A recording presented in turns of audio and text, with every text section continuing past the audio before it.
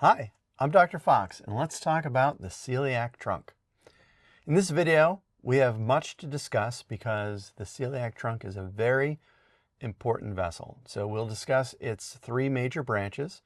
We'll discuss the left gastric artery and what it serves. We'll discuss the splenic artery, its branches, and what they serve. We'll also discuss the common hepatic artery, its branches, and what they serve. And finally, we'll tie them together with other vessels. So we'll discuss those anastomoses between branches and between those branches and the superior mesenteric artery. So let's start with the celiac trunk itself. The celiac trunk is the first major branch from the abdominal aorta as it exits the aortic hiatus of the diaphragm. It is amazingly not trunk-like at all because these branches usually arise in the vicinity of one another directly from the abdominal aorta. And they include the left gastric artery, the splenic artery, and the common hepatic artery. So all of these are exiting from the abdominal aorta at about the level of T12. So let's take a look at the specifics of that left gastric artery. The left gastric artery arises anteriorly of the trunk and it curves around. It's the smallest of the three branches of the celiac trunk. And it's going to send branches up to the esophagus, as we can see here. There are also branches that will serve portions of the liver and anterior and posterior surfaces of the stomach by means of that lesser curvature. So on either side here, branches will come out and serve both sides of the stomach, specifically the cardiac region and portions of the body of the stomach. That left gastric artery is going to anastomose with the right gastric artery, which is a branch of the hepatic artery proper, in the vicinity of the angular incisure of the stomach. So left gastric and right gastric anastomose to serve that lesser curvature. Let's take a look now at the splenic artery. The splenic artery is one of my favorites. It is massive. It is a large, very tortuous, meaning twisty artery that is usually found embedded in the body of the pancreas. So it arises from the celiac trunk and it is moving left laterally, very, very spirally, tortuous, sometimes found between the stomach and the pancreas, sometimes found within the body of the pancreas. It's really quite an impressive vessel. So it will have branches that go down and serve the pancreas directly. There will be branches that wrap up called short gastric branches that serve the stomach. There will be branches that serve the spleen through splenic branches directly. And there is an important branch called the left gastro-omental artery, sometimes called the left gastroepiploic artery.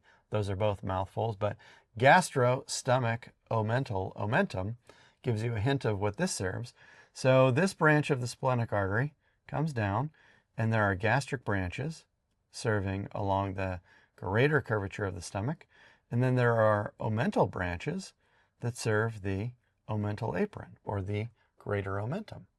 Its counterpart serving the greater curvature of the stomach is the right gastro-omental branch, which is a branch of the gastroduodenal artery. So we can see here's the gastroduodenal artery coming down there.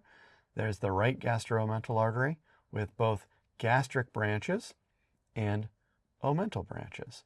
So usually gastric branches are going superiorly, omental branches are going inferiorly. So gastro-omental arteries serve that greater curvature of the stomach and greater omentum.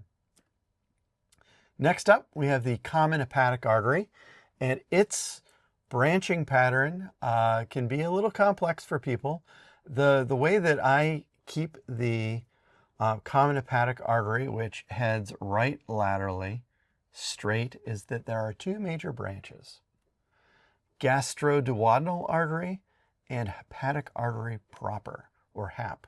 So let's take a look at these two branches and what they serve. So let's start with the gastroduodenal artery, which we can see going there. It's going to descend and serve both the duodenum as well as the head of the pancreas. And it does so through two branches, anterior and posterior superior pancreatico-duodenal arteries. Boy, howdy, is that a mouthful. So anterior and posterior are going to tell you if they are on the anterior side of the head of the pancreas and duodenum or posterior side of the head of the pancreas and duodenum. And then superior implies that there will be an inferior complement to this, pancreatico-pancreas duodenal artery.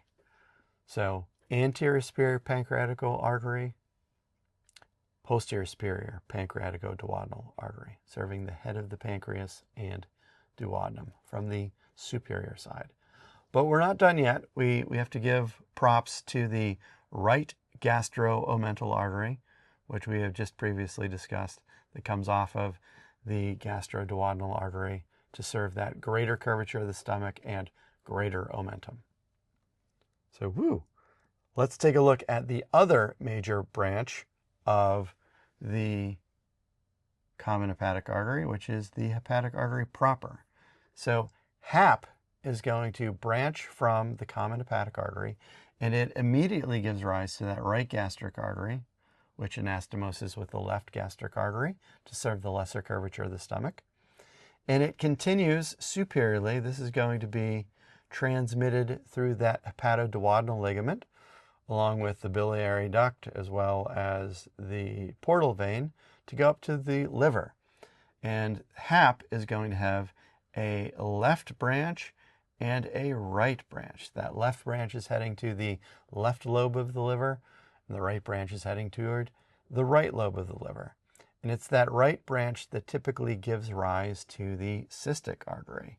But we know that that cystic artery can be variable with its origin, so it's not just the right branch of HAP that gets to spin off the cystic artery. Sometimes it's the left branch, sometimes it's HAP itself, sometimes it's another branch of the common hepatic artery or of the celiac artery.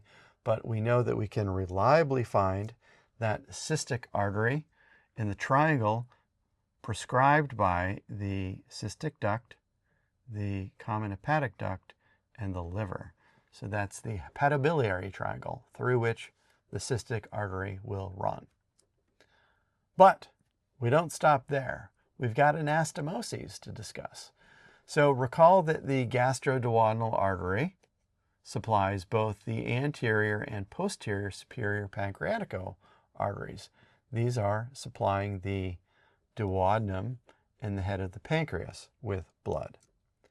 But there is also an inferior pancreatico-duodenal artery that's coming from the superior mesenteric artery.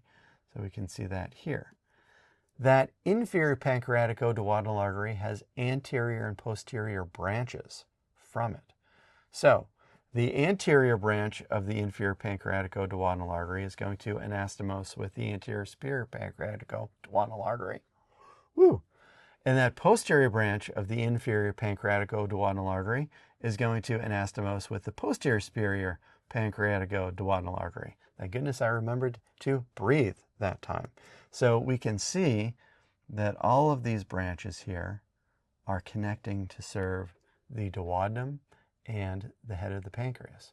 And because they have two separate origins, we have the opportunity for collateral blood flow as complements of these anastomoses to these organs from each of these sources. So we've discussed the main branches of the celiac trunk: left gastric artery, splenic artery, common hepatic artery, each of their branches and what they specifically serve. And we've discussed the anastomoses between the celiac trunk and the superior mesenteric artery, namely through those pancreatico-duodenal arteries. Thank you so much for your time and patience, and I'll talk to you later.